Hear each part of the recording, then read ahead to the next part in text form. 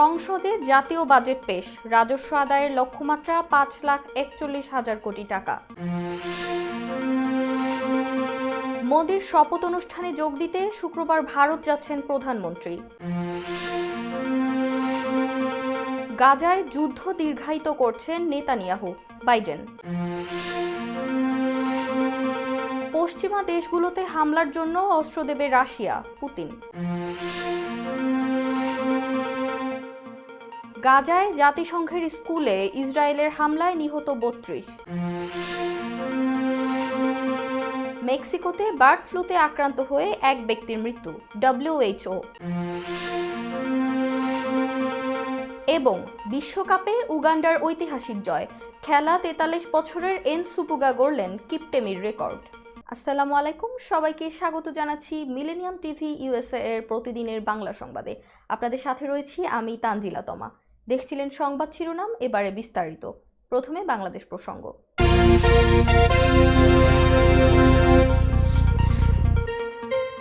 অর্থমন্ত্রী আবুল হাসান মাহমুদ আলী জাতীয় সংসদে 2024-25 অর্থ বছরের জাতীয় বাজেট পেশ করেছেন।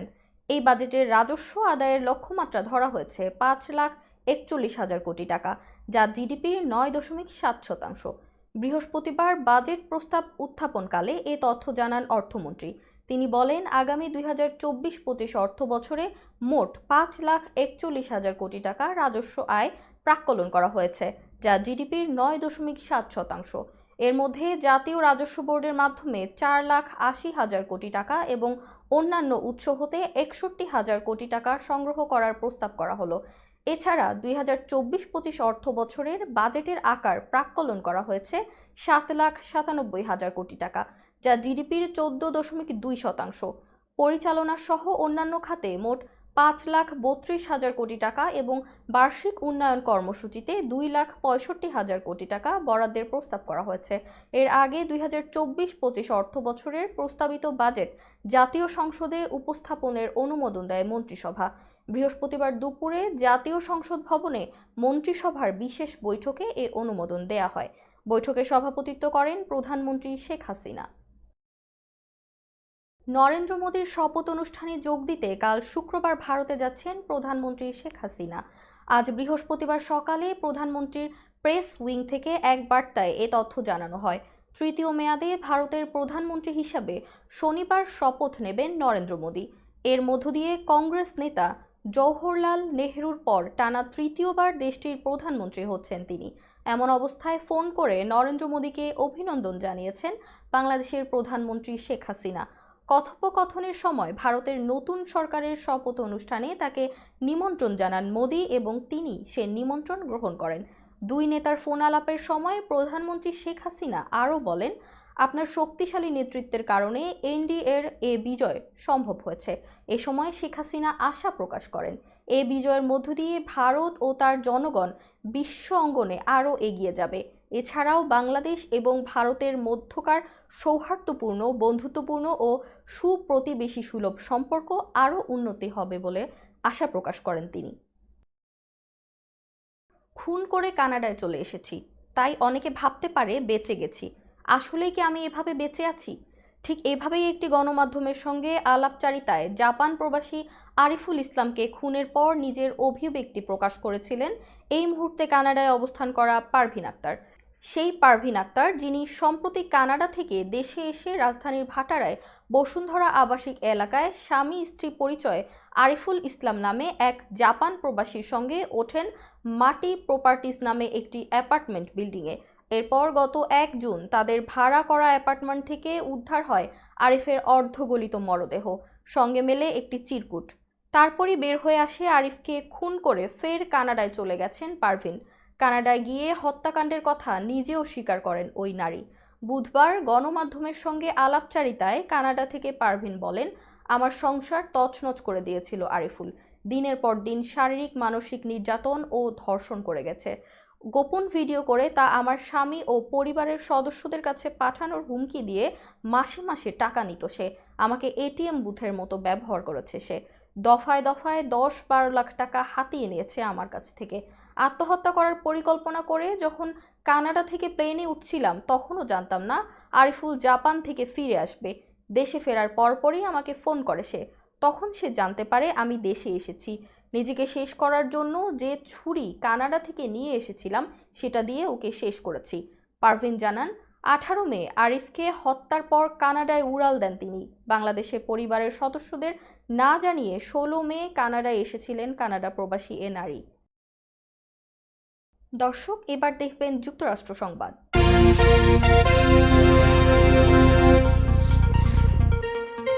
এবার প্রকাশ্যে ইসরায়েলি প্রধানমন্ত্রী বেনিয়ামিন নেতানিয়াহুর সমালোচনা করলেন মার্কিন প্রেসিডেন্ট জো বাইডেন। মঙ্গলবার টাইম ম্যাগাজিনকে দেওয়া এক সাক্ষাৎকারে তিনি বলেন, নিজের রাজনৈতিক স্বার্থে গাজায় যুদ্ধ দীর্ঘায়িত করেছেন নেতানিয়াহু। এ তথ্য জানিয়েছে ব্রিটিশ সংবাদ মাধ্যম দ্য গার্ডিয়ান। সাক্ষাৎকারে বাইডেনের কাছে জানতে চাওয়া হয়েছিল তিনি কি মনে করেন নেতানিয়াহু তার নিজের রাজনৈতিক কারণে যুদ্ধকে দীর্ঘায়িত করছেন।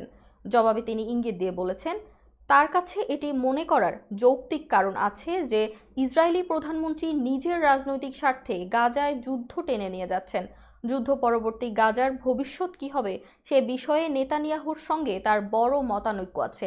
একই সঙ্গে 7 অক্টোবর ইসরায়েলের হামলার পর দেশটি গাজায় যা করেছে সেটিকেও অগ্রহণযোগ্য বলে আখ্যা দিয়েছেন বাইডেন। এদিকে বাইডেনের এমন মন্তব্যের পর তীব্র নিন্দা জানিয়েছে ইসরায়েল। কূটনৈতিক রীতিনীতি থেকে মার্কিন প্রেসিডেন্ট দূরে সরে যাচ্ছেন বলে অভিযোগ তেল আবিবের। গেল সপ্তাহে ব্যবসায়িক নথিপত্রে তথ্য গোপনের অভিযোগে করা মামলায় দোষী সাব্যস্ত হয়েছেন যুক্তরাষ্ট্রের সাবেক প্রেসিডেন্ট ডোনাল্ড ট্রাম্প। স্থানীয় সময় বৃহস্পতিবার নিউ ইয়র্কের একটি আদালতে এর রায় দেন। ওই মামলায় আনা 34টি অভিযোগের সবকটিতেই দোষী সাব্যস্ত হয়েছেন রিপাবলিকান দলের এই নেতা। তবে যৌন সম্পর্কের বিষয়ে মুখ বন্ধ রাখতে দেয়া ঘুষের মামলায় হস্তক্ষেপ ও দোষী সাব্যস্ত করে দেয়া রায় বাতিল করতে সুপ্রিম কোর্টের প্রতি আহ্বান জানিয়েছেন সাবেক মার্কিন প্রেসিডেন্ট ডোনাল্ড ট্রাম্প। এই প্রথম ফৌজদারি মামলায় যুক্তরাষ্ট্রের সাবেক কোনো প্রেসিডেন্ট দোষী সাব্যস্ত হলেন। 2024 সালে রিপাবলিকান পার্টির সম্ভাব্য প্রেসিডেন্ট প্রার্থী ট্রাম্প স্থানীয় সময় রোববার নিজের সামাজিক যোগাযোগ মাধ্যম ট্রুথ সোশ্যালে দেয়া এক পোস্টে সুপ্রিম কোর্টের প্রতি আহ্বান জানিয়েছেন। দর্শক, মিলেনিয়াম টিভি ইউএসএ এর প্রতিদিনের বাংলা সংবাদের এই পর্যায়ে ছোট্ট একটি বিরতি, সঙ্গেই থাকুন।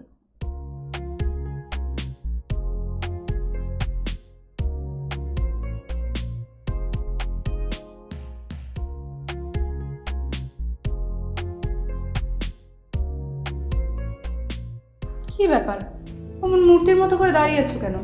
পাগল হয়ে গেলে নাকি? প্র্যাকটিস করছি। কি প্র্যাকটিস করছো?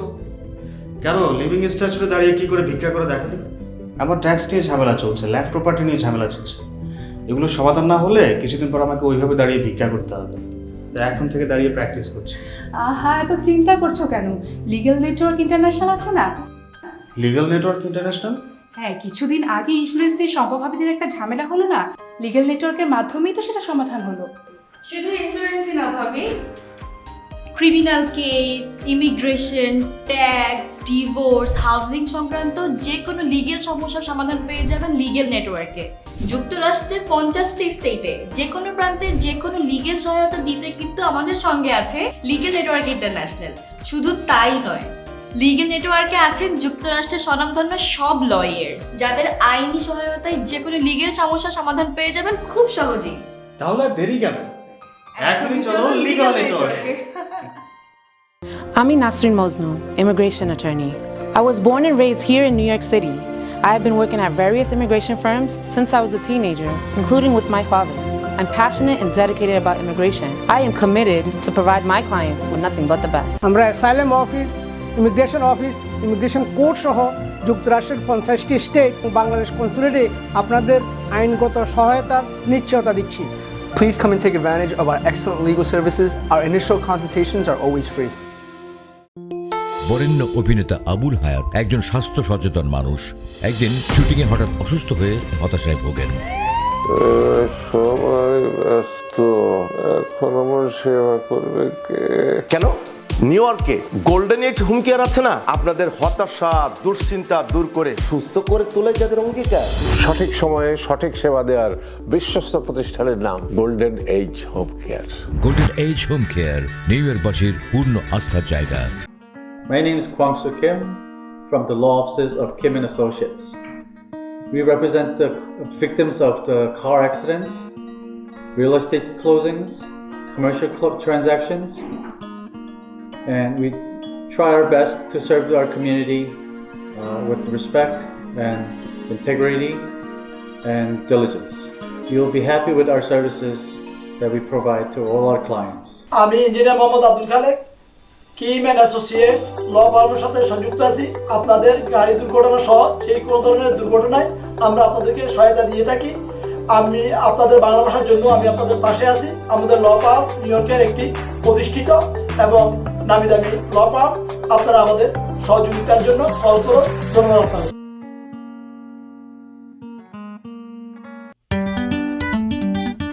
আই শোনো না, আমার অনেক খিদে পেয়েছে। তোমাকে সুস্বাদু বিরিয়ানি খাওয়াবো। আমি চাইনিজ খাবো। আমি গ্রিল খাবো। আমি পিৎজা খাবো। এত খাবার একসাথে পাবো কোথায়? কেন খলিলে জানেন না? খলিলে একসাথে সব পাওয়া যায়। খলিল খলিল ওয়াও, এই যে পেয়ে গেছি খলিল বিরিয়ানি এন্ড হালাল চাইনিজ। নিউ ইয়র্কের পারচেস্টারে সার্টিফাইড শেফ খলিলের পরিচালনায় Khalil biryani, Chinese, pizza, grill, বিশ্বস্ত ও আস্থার তৃপ্তিতে ভরপুর খলিল ফুডস। উন্নত মানের হালাল খাবার মানে খলিলের খাবার। নীরব রেস্টুরেন্ট অ্যান্ড হালাল চাইনিজ, আপনাদের তৃপ্তি আমাদের আনন্দ। আমাদের রেস্টুরেন্টে পাচ্ছেন সম্পূর্ণ হালাল উপায়ে তৈরিকৃত সুস্বাদু আর মুখরোচক সব দেশীয় ও চাইনিজ খাবারের সমারোহ। স্বাদে আর মানে অতুলনীয় সব খাবার যে কোনো সামাজিক বা প্রাতিষ্ঠানিক অনুষ্ঠানে পৌঁছে দিতে আমাদের রয়েছে ক্যাটারিং সেবা। বিয়ে বা জন্মদিনের অনুষ্ঠানে, স্কুলে, ব্যাংকোয়েট হল, ইসলামিক সেন্টার অথবা পিকনিকের জন্য আমরা ক্যাটারিং সেবা প্রদান করে থাকি।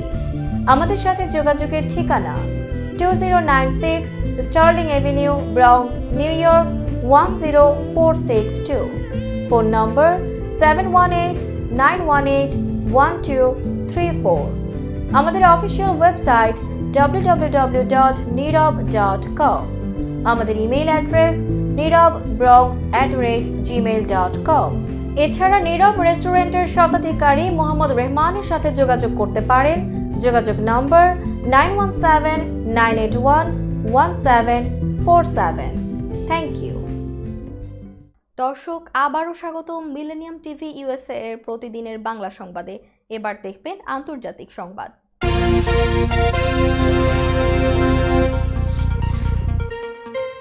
ইউক্রেনকে দূরপাল্লার অস্ত্র দেয়ায় পশ্চিমাদের সমালোচনা করেছেন রাশিয়ার প্রেসিডেন্ট ভ্লাদিমির পুতিন। তিনি বলেছেন, পশ্চিমা দেশগুলোতে যে দেশ হামলা চালাবে মস্কো তাদেরকে অস্ত্র দেবে। গতকাল বুধবার সেন্ট পিটার্সবার্গ আন্তর্জাতিক অর্থনৈতিক ফোরামে এক সংবাদ সম্মেলনে পুতিন এসব কথা বলেন। ব্রিটিশ বিবিসি জানিয়েছেন, সম্প্রতি মার্কিন যুক্তরাষ্ট্র সহ বেশ কয়েকটি দেশ ইউক্রেনকে রাশিয়ার অভ্যন্তরে তাদের সরবরাহকৃত অস্ত্র দিয়ে হামলা চালাতে অনুমতি নিয়েছেন। বিষয়টি খুব গুরুতর সমস্যার ডেকে আনতে পারে বলে মন্তব্য করেছেন রুশ প্রেসিডেন্ট। ভ্লাদিমির পুতিন বলেন, আমাদের ভূখণ্ডে আক্রমণ এবং আমাদের জন্য সমস্যা তৈরি করার জন্য অস্ত্র সরবরাহ করা যদি গ্রহণযোগ্য হয়, তাহলে সেসব দেশের লক্ষ্যবস্তুতে হামলা পরিচালনায় একই রকমের অস্ত্র সরবরাহ করার অধিকার কেন আমাদের নেই। তিনি বলেন, রাশিয়া কখনোই পরমাণু অস্ত্র ব্যবহার করবে না। পশ্চিমাদের এমনটা ভাবা ভুল। যুদ্ধ বিধ্বস্ত গাজায় জাতিসংঘের একটি স্কুলে বিমান হামলা চালিয়েছে ইসরায়েল। এই হামলায় অন্তত 32 জন নিহত হয়েছে। গাজার মধ্যাঞ্চলের নুসেইরাত এলাকায় অবস্থিত স্কুলটিতে বাস্তুচ্যুত বহু মানুষ আশ্রয় নিয়েছিলেন। কাতার ভিত্তিক সংবাদ মাধ্যম আল জাজিরা জানায়, জাতিসংঘের শরণার্থী বিষয়ক সংস্থা UNRW এ পরিচালিত একটি স্কুলে হামলা চালানোর কথা জানিয়েছে ইসরায়েলি বাহিনী। তাদের দাবি, স্কুলটি হামাসের আস্তানা হিসাবে ব্যবহার হয়ে আসছিল। ইসরায়েলের এমন দাবি প্রত্যাখ্যান করেছে হামাস। গাজার হামাস পরিচালিত সরকারের মুখপাত্র ইসমাইল আল থাওয়াবেত বলেন, ইসরায়েলি দখলদার গাজায় গণহত্যা চালাচ্ছে। অসংখ্য বাস্তুচ্যুত মানুষের উপর হামলা চালানোর নৃশংস অপরাধকে বৈধতা দিতে মিথ্যা বানানো গল্প বলছে। এদিকে গাজার মধ্যাঞ্চলে তীব্র বোমা হামলার কথা জানিয়েছেন সেখানকার বাসিন্দারা। দাতব্য সংস্থা মেডিসিনস স্যান্স ফ্রন্টিয়েরেসের জানিয়েছে, হামলায় অনেকে হতাহত হয়েছে।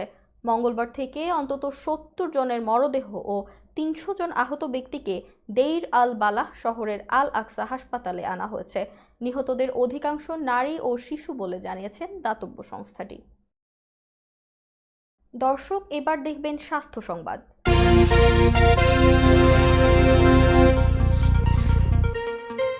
মেক্সিকোতে H5N2 টাইপের বার্ড ফ্লুতে আক্রান্ত হয়ে এক ব্যক্তির মৃত্যু হয়েছে। যদিও সে আগে থেকেই শারীরিক বিভিন্ন জটিলতায় ভুগছিলেন। বিশ্ব স্বাস্থ্য সংস্থা জানিয়েছে সাধারণ মানুষের এ ভাইরাসে আক্রান্তের সংখ্যা খুবই কম। বুধবার বিশ্ব স্বাস্থ্য সংস্থা জানায় মেক্সিকো শহরের 59 বছর বয়সী ওই ব্যক্তি গত এপ্রিলে জ্বরে আক্রান্ত হয়। এরপর কিছুদিনের মধ্যেই তার ডায়রিয়া, শ্বাসকষ্ট এবং বমি ভাব দেখা দেয়। ওই ব্যক্তির স্বজনরা জানিয়েছে তার অবস্থা গুরুতর হওয়ার আগেই 3 সপ্তাহ ধরে তিনি বিছানায় পড়েছিলেন। মেক্সিকোর স্বাস্থ্য বিভাগ এক বিবৃতিতে জানিয়েছে ওই ব্যক্তি দীর্ঘদিন ধরে কিডনি সমস্যা, ডায়াবেটিস এবং উচ্চ রক্তচাপে ভুগছিলেন। পরে তাকে 24 এপ্রিল হাসপাতালে নিয়ে যাওয়া হলে ওই দিনই মারা যান তিনি। WHO জানিয়েছে প্রাথমিক টেস্টে তার শরীরে অজানা ফ্লুর উপস্থিতি পাওয়া যায়।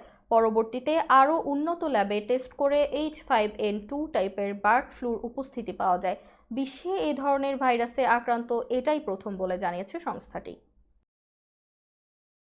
দর্শক, মিলেনিয়াম টিভি USA এর প্রতিদিনের বাংলা সংবাদের এই পর্যায়ে আবারও ছোট্ট একটি বিরতি, সঙ্গেই থাকুন।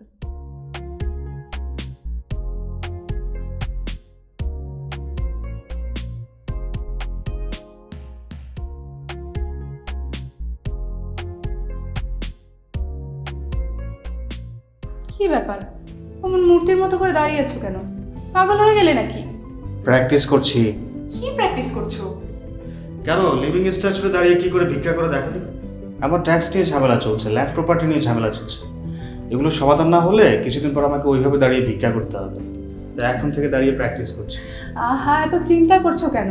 লিগ্যাল নেটওয়ার্ক ইন্টারন্যাশনাল আছে না? Legal network international? হ্যাঁ, কিছুদিন আগে ইন্স্যুরেন্স দিয়ে সম্পভাবিদের একটা ঝামেলা হলো না? লিগ্যাল নেটওয়ার্কের মাধ্যমেই তো সেটা সমাধান হলো। শুধু ইন্স্যুরেন্সই না ভাবি, criminal case, immigration, tax, divorce, housing সংক্রান্ত যে কোনো লিগেল সমস্যার সমাধান পেয়ে যাবেন লিগেল নেটওয়ার্কে। যুক্তরাষ্ট্রের 50টি স্টেটে যে কোনো প্রান্তে যে কোনো লিগেল সহায়তা দিতে কিন্তু আমাদের সঙ্গে আছে লিগেল নেটওয়ার্ক ইন্টারন্যাশনাল। শুধু তাই নয়, লিগেল নেটওয়ার্কে আছেন যুক্তরাষ্ট্রের স্বনামধন্য সব লয়ার, যাদের আইনি সহায়তায় যে কোনো লিগেল সমস্যার সমাধান পেয়ে যাবেন খুব সহজেই। তাহলে দেরি কেন? এখনই চলো লিগ্যাল নেটওয়ার্কে। I'm Nasrin Mosnu, immigration attorney. I was born and raised here in New York City. I have been working at various immigration firms since I was a teenager, including with my father. I'm passionate and dedicated about immigration. I am committed to provide my clients with nothing but the best. আমরা asylum office, immigration court সহ যুক্তরাষ্ট্রের 50টি state এবং বাংলাদেশ কনসুলেটে আপনাদের আইনগত সহায়তার নিশ্চয়তা দিচ্ছি। Please come and take advantage of our excellent legal services. Our initial consultations are always free. বরেণ্য অভিনেতা আবুল হায়াত একজন স্বাস্থ্য সচেতন মানুষ। একদিন শুটিংয়ে হঠাৎ অসুস্থ হয়ে হতাশায় ভোগেন। সবাই ব্যস্ত, এখন আমার সেবা করবে কে? কেন নিউ ইয়র্কে গোল্ডেন এজ হোম কেয়ার আছে না? আপনাদের হতাশা, দুশ্চিন্তা দূর করে সুস্থ করে তোলে যাদের অঙ্গীকার। সঠিক সময়ে সঠিক সেবা দেওয়ার বিশ্বস্ত প্রতিষ্ঠানের নাম golden age home care. Golden age home care নিউ ইয়র্কবাসীর পূর্ণ আস্থার জায়গা।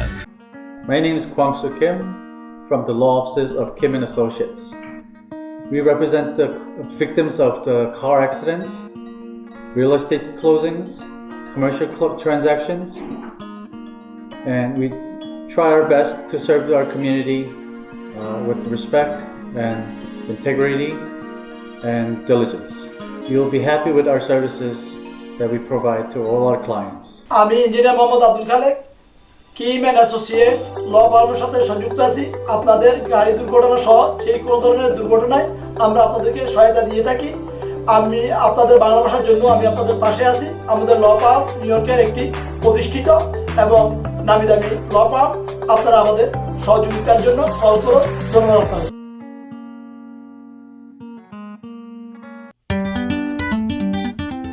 শোনো না, আমার অনেক খিদে পেয়েছে। তোমাকে সুস্বাদু বিরিয়ানি খাওয়াবো। আমি চাইনিজ খাবো। আমি গ্রিল খাবো। আমি পিৎজা খাবো। এত খাবার একসাথে পাবো কোথায়? কেন খলিলে জানেন না, খলিলে একসাথে সব পাওয়া যায়।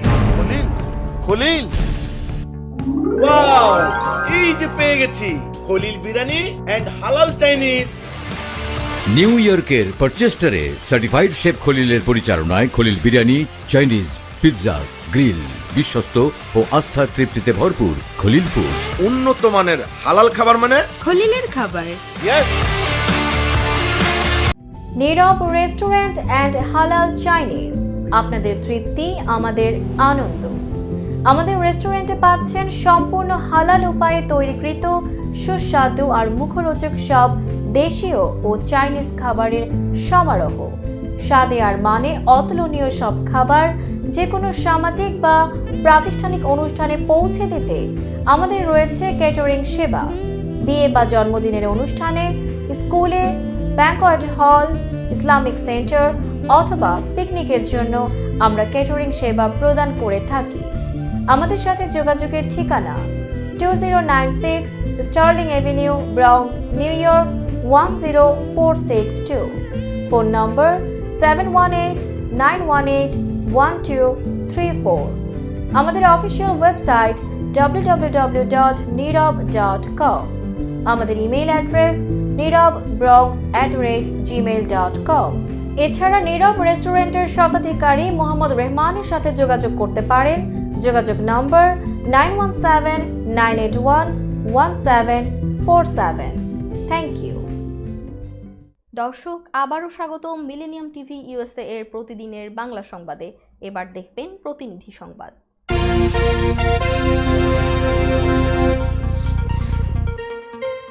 মাদক সেবনে বাধা দেওয়ায় কুষ্টিয়ায় গলায় রশি পেঁচিয়ে শ্বাসরোধ করে মমতাজ বেগম নামে এক নারীকে হত্যা করে তারই ছেলে মুন্না বাবু। আমাদের প্রতিনিধি মোশাররফ হোসেন জানান, এই ঘটনায় দায়ের করা হত্যা মামলায় ছেলে মুন্না বাবু সহ 3 জনকে মৃত্যুদণ্ড দিয়েছেন আদালত। একই সঙ্গে তাদেরকে 50,000 টাকা জরিমানা করা হয়। বুধবার বেলা 3:30টার দিকে কুষ্টিয়ার জেলা ও দায়রা জজ আদালতের বিচারক মোহাম্মদ রুহুল আমিন আসামিদের উপস্থিতিতে এই রায় ঘোষণা করেন। পরে তাদেরকে কড়া পুলিশ পাহারায় জেলা কারাগারে নেওয়া হয়। দণ্ডপ্রাপ্ত আসামিরা হলেন মিরপুর থানার কাঠদহর চর গ্রামের ফজল বিশ্বাসের ছেলে মুন্না বাবু, ইয়াসিন আলীর ছেলে রাব্বি আলামিন এবং ইনসার বিশ্বাসের ছেলে আব্দুল কাদের। এর মধ্যে আব্দুল কাদের মুন্না বাবুর আপন চাচা। মামলার এজাহার এবং আদালত সূত্রে জানা গেছে, 2021 সালের 21 জানুয়ারি বিকেলে মিরপুর উপজেলার কাঠদহর চর এলাকায় নিজ বাড়ি থেকে নিখোঁজ হন মমতাজ বেগম নামে এক গৃহবধূ। এই ঘটনায় মমতাজের ভাই অজ্ঞাত ব্যক্তিদের আসামি করে মিরপুর থানায় একটি মামলা দায়ের করেন। পরে গোয়েন্দা পুলিশ সন্দেহজনকভাবে মমতাজের ছেলে মুন্না বাবুকে আটক করেন। পুলিশি জিজ্ঞাসাবাদে মুন্না জানায়, মাদক সেবনে বাধা দেওয়া চাচা আব্দুল কাদেরের পরামর্শ এবং সহযোগিতায় সে মাকে হত্যা করে একটি বস্তায় ভরে বাড়ির পাশের পুকুরের কাদার মধ্যে পুঁতে রাখে। মুন্নার দেওয়া তথ্যের ভিত্তিতে পুলিশ সেই পুকুর থেকে মমতাজের লাশ উদ্ধার করে। বিদ্যুৎ বিচ্ছিন্ন একটি মাদ্রাসায় বিদ্যুৎ সংযোগের ব্যবস্থা করলেন পথ শিশু কল্যাণ ট্রাস্ট। আমাদের প্রতিনিধি মিজানুর রহমান মিন্টু জানান, বৃহস্পতিবার তেঁতুলিয়া উপজেলার বাংলাবান্ধা ইউনিয়নের বাংলাবান্ধা দাখিল মাদ্রাসায় বিদ্যুৎ সংযোগটি পুনরায় চালু করার ব্যবস্থা গ্রহণ করে পথ শিশু কল্যাণ ট্রাস্ট। এ সময়ে উক্ত মাদ্রাসাটি পরিদর্শন করেন উপজেলা পরিষদের নবনির্বাচিত chairman Nizam Uddin Khan, vice chairman তৌহিদ হাসান তুহিন, পথ শিশু কল্যাণ ট্রাস্টের প্রধান পরিদর্শক আব্দুর রশিদ, পথ শিশু কল্যাণ ট্রাস্টের জেলা সমন্বয়কারী হারুন রশিদ, অটোয়ারি উপজেলা সমন্বয়কারী কামরুজ্জামান কাবুল প্রমুখ। উপজেলা পরিষদ চেয়ারম্যান নিজাম উদ্দিন খান বলেন, আমাদের উপজেলা পরিষদ থেকে এই মাদ্রাসাটিতে যতটুকু সাহায্য করা যায় আমরা করব। পথ শিশু কল্যাণ ট্রাস্টের প্রধান পরিদর্শক আব্দুর রশিদ বলেন, আমরা যখন এই মাদ্রাসাটিতে প্রথম পরিদর্শনে আসি তখন আমাদের কাছে খুব খারাপ লেগেছে।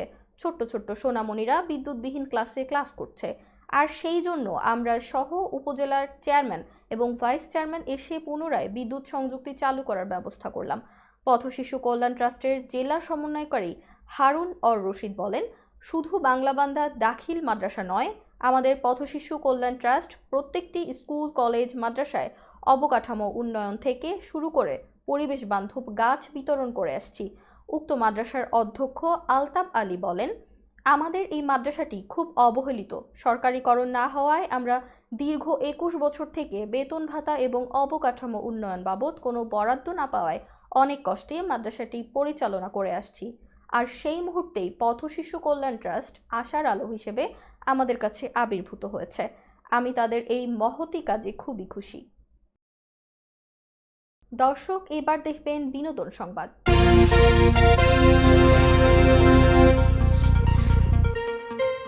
আসন্ন ঈদে মুক্তি পেতে যাচ্ছে ঢালিউড সুপারস্টার শাকিব খানের সিনেমা তুফান। সম্প্রতি এটি সেন্সর বোর্ডের অনাপত্তি সনদও পেয়েছে। তবে এই সিনেমার বিরুদ্ধে গুরুতর অভিযোগ তুলেছেন প্রিয়তমার প্রযোজক আরশাদ আদনান। তার দাবি, তুফান নির্মাণের মাধ্যমে ভারতে অবৈধভাবে 8 থেকে 10 কোটি টাকা পাচার করা হয়েছে। মঙ্গলবার বিকেলে চলচ্চিত্রের 19 সংগঠনের উদ্যোগে স্টার সিনেপ্লেক্সের বিরুদ্ধে বিভিন্ন দুর্নীতি নিয়ে এক আলোচনা সভায় এই অভিযোগ সামনে আনেন ভার্সেটাইল মিডিয়ার কর্ণধার আরশাদ আদনান। তিনি বললেন, সোশ্যাল মিডিয়ায় দেখেছি এই সিনেমার বাজেট 8 থেকে 10 কোটি টাকা। এত টাকা আপনি ভারতে নিয়েছেন কিভাবে? আপনি কি এনবিআর এর ছাড়পত্র নিয়েছেন? আর নিলেও কত টাকার ছাড়পত্র নিয়েছেন? আমি একজন সাধারণ প্রযোজক হিসেবে জানতে চাই। এভাবেও কি বিদেশে টাকা নেওয়া সম্ভব? এই প্রযোজকের মতে জাতীয় রাজস্ব বোর্ডে 60-70 লাখ টাকা দেখিয়ে খরচ করা হয়েছে কোটি কোটি টাকা। আরশাদ আদনানের ভাষ্য, 60 থেকে 80 লাখ টাকা এনবিআরকে দেখিয়ে 8 থেকে 10 কোটি টাকা সিনেমা বানালো। এই শুভঙ্করের চালটা কি আলাদিনের চেরাগ কি করে পেল? আমি তো বুঝি না। তিনি আরও বললেন, বিদেশে কাজ করার নিয়ম নীতি তো আছে। আমিও আমেরিকাতে শুটিং করেছি, বৈধ টাকা নিয়ে সবকিছু ক্লিয়ার করে কাজ করেছি। আসলে সৎ থাকার ইচ্ছে থাকতে হয়, সর্বোপরি দেশকে না ঠকানোর ইচ্ছে থাকতে হয়। দেশকে কেন ঠকাবে? দেশের যেটা প্রাপ্য সেটা দেই না কেন দেশকে? দর্শক, এবার দেখবেন খেলার সংবাদ।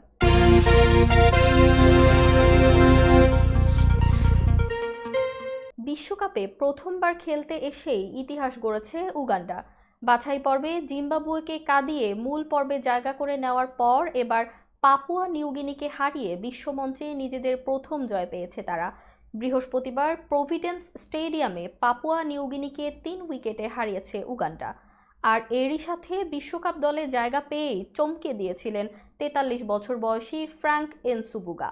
প্রথম ম্যাচে আফগানিস্তানের বিপক্ষে নামা হয়নি তার। আজ পাপুয়া নিউগিনির বিপক্ষে নেমেছিলেন এবং নেমেই অনন্য এক রেকর্ডের সঙ্গী হলেন। আজ 9ম ওভারে প্রথম বল করতে এসে 2 রান দিয়েছেন অফ স্পিনার এনসুবুগা। নিজের দ্বিতীয় ওভারের দ্বিতীয় বলটি যখন চার্লস আমিনিকে ফাঁকি দিয়ে লেগ স্ট্যাম্পে আঘাত হানল, তখনই রেকর্ড বই নিয়ে নাড়াচাড়া করতে হলো। মাত্র দ্বিতীয় বোলার হিসেবে 43 পেরিয়ে যাওয়ার পর টি-20 বিশ্বকাপে উইকেট পেলেন এনসুবুগা। 4 ওভারে মাত্র 4 রান দিয়ে টি-20 বিশ্বকাপের সবচেয়ে কিপটে বোলিংয়ের রেকর্ড গড়েছেন এনসুবুগা। সংবাদ শেষ করার পূর্বে শিরোনামগুলো আরও একবার। সংসদে জাতীয় বাজেট পেশ, রাজস্ব আদায়ের লক্ষ্যমাত্রা 5,41,000 কোটি টাকা। মোদির শপথ অনুষ্ঠানে যোগ দিতে শুক্রবার ভারত যাচ্ছেন প্রধানমন্ত্রী। গাজায় যুদ্ধ দীর্ঘায়িত করছেন নেতানিয়াহু, বাইডেন। পশ্চিমা দেশগুলোতে হামলার জন্য অস্ত্র দেবে রাশিয়া, পুতিন। গাজায় জাতিসংঘের স্কুলে ইসরায়েলের হামলায় নিহত 32। মেক্সিকোতে বার্ড ফ্লুতে আক্রান্ত হয়ে এক ব্যক্তির মৃত্যু, WHO। এবং বিশ্বকাপে উগান্ডার ঐতিহাসিক জয়, খেলা 43 বছরের এনসুবুগা গড়লেন কিপটেমির রেকর্ড। এই ছিল মিলেনিয়াম টিভি USA এর প্রতিদিনের বাংলা সংবাদে। মিলেনিয়াম সংবাদ দেখতে লগ ইন করুন আমাদের সামাজিক যোগাযোগের সাইট facebook.com/millenniumtvusa বাংলা এবং youtube.com/officialmillenniumtv। এছাড়াও সংবাদ এর সর্বশেষ আপডেট জানতে ভিজিট করুন আমাদের নিয়মিত ওয়েবসাইট www.millenniumtvusa.com এবং www.millenniumtv.org। প্রিয় দর্শক, মিলেনিয়াম টিভি দেখুন সকল অ্যান্ড্রয়েড ফোনে, iOS ও Apple TV, Amazon Fire TV, Roku TV এবং সকল স্মার্ট টিভিতে। এছাড়াও মিলেনিয়াম টিভি দেখতে পারেন সমস্ত ইউরোপীয় দেশ এবং অস্ট্রেলিয়ায় স্কাই নেটওয়ার্কে, বিশ্বব্যাপী জাদু টিভি, রেডিয়েন্ট আইপিটিভি, জাগো বিডি নেটওয়ার্ক এবং বিশ্বব্যাপী হরাইজন স্যাটেলাইটে। আপনারা যে যেখানেই থাকুন, ভালো থাকুন, সুস্থ থাকুন, মিলেনিয়াম টিভির সাথেই থাকুন। আল্লাহ হাফেজ।